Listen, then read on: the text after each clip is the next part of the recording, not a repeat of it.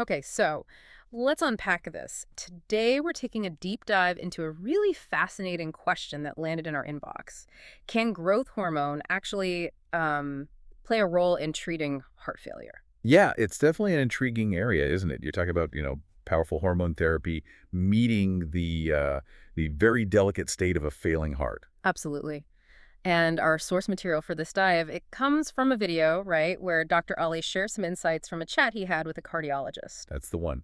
He lays out some potential ideas, but also some, well, very significant warnings based on that conversation. Right. So our mission here is to really understand what this specific source material suggests about GH and heart failure, the potential upside, the surprising challenges, and maybe most importantly, the absolutely critical risks and things to consider. Yeah, get ready because this discussion, as presented in the source, it has some details you might not expect. Okay, so let's start with the potential. The source presents growth hormone as possibly What? good idea. Right off the bat, yeah, the conversation in the video frames GH as potentially a great idea Yeah. and very useful for heart failure patients. It even uses the word amazing. Amazing is strong language. So, from the perspective of this source, why? Why would growth hormone be potentially beneficial for someone with heart failure? What's the thinking? Well, the core idea presented relates to something pretty common in heart failure patients, is kind of chronic overactivation of their sympathetic nervous system. Okay, like their body's sort of stuck in a low-grade fight or flight mode, too much adrenaline. Exactly. That's a good way to put it. Excessive adrenergic activity. Uh-huh. And, we see current treatments trying to tackle Are that. beta blockers, right. They block the adrenaline receptors. Precisely. And according to this material, other meds like SGLT2 inhibitors also seem to reduce this sympathetic activity, though maybe through a different mechanism. Okay. So the key suggestion made here is that GH itself might actually have a similar effect, potentially reducing sympathetic innervation, helping to calm that overactive system down. Ah, okay, so it might work on one of the underlying problems they're already trying to hit with other drugs. Makes sense. Yeah, potentially. The source also touches on GH possibly increasing GABAergic activity. GABA, right. Which the cardiologists in the discussion felt these patients are, like, particularly short on. That's the impression given, yeah, Yeah. that it's something they need. Okay, so the potential mechanism, it sounds plausible on paper, calm the sympathetic system, maybe boost GABA. But you mentioned warnings, and here's where the source throws up a big hurdle, right? It really does.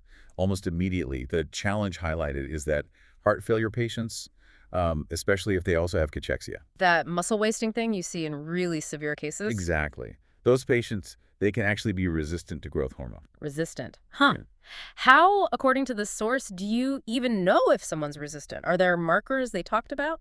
Two main ones are discussed. One is looking at the ratio of IGF-1, that's insulin-like growth factor 1 to growth hormone itself. Okay, IGF-1 is made in response to GH, mostly in the liver, right? Right.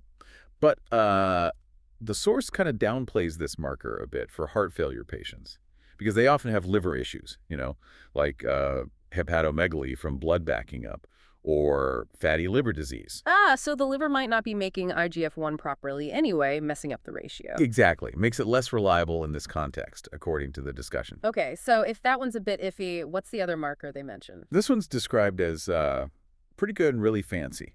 It's looking at the level of serum growth hormone binding protein. Binding protein. Okay, what does that tell you? Well, this protein, it latches onto GH in the blood, and the level of it is seen as a pretty good proxy or indicator for how many growth hormone receptors are actually present and working in the tissues. So less binding protein suggests fewer receptors, meaning the tissues are less sensitive or resistant. Precisely. Lower binding protein implies the body's just not equipped to respond well to the GH that's there. And the source mentions actually seeing this resistance in patients. Yeah, it references observing this resistance, even to what seems like a relatively low dose, something like 2 international units or IUs given before bed. 2 IUs. So if 2 isn't cutting it because of resistance, the maybe logical but perhaps dangerous thought is just give more. But the source warns against that No. strongly. Oh, absolutely.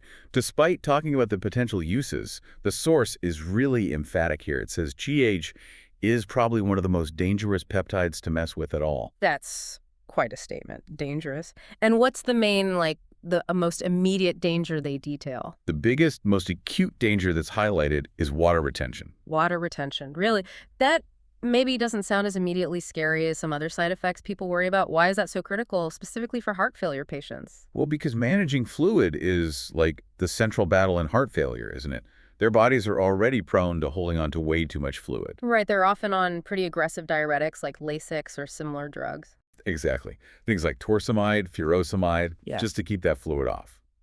So if you introduce something like GH, which can cause acute water retention, You're pouring fuel on the fire. It puts massive strain on their system, especially the lungs. precisely, holding on to extra fluid dramatically increases the risk of pulmonary edema fluid backing up into the lungs. The source calls this the biggest fear, especially with left-sided heart failure.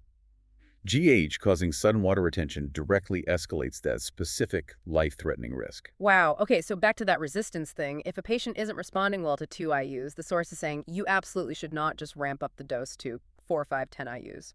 Definitely not. The source is crystal clear on that. It warns very strongly against significantly increasing the dose like that. And the reason given for why that's so dangerous so quickly, is it like the cancer risk people sometimes associate with long-term high-dose GH? No, and this is a really crucial point from the source material. The immediate rapid danger they're warning about is mostly due to water retention. It explicitly states it's not due to cancer like some people would think. Okay, that's important. Yeah, simply pushing the dose higher in a resistant heart failure patient could, in the words used, kill them eventually and very quick. And it's that fluid overload cited as the primary reason for that speed. That's a critical distinction. And the source does acknowledge that not everyone balloons up with water on GH, right? There's variation. Oh, absolutely. It points out that individual variability is huge. Some people might tolerate 10 IUs with hardly any water issues, while someone else might retain a lot even at 3 IUs. But for a vulnerable heart failure patient, any significant sudden fluid gain is potentially catastrophic. Exactly. That's the problem. You don't have the same margin for error. Okay, so given this incredibly fine line between potential help and severe immediate danger, how does this source suggest approaching this if it were ever considered for a heart failure patient? It sounds like it requires extraordinary care. Totally. The discussion really pivots hard there to the practicalities. It stresses extreme caution, constant vigilance. The dose isn't just a number. It has to be ideal and deeply individualized for that specific person. Which leads, I imagine, to the need for constant monitoring, as the source puts it.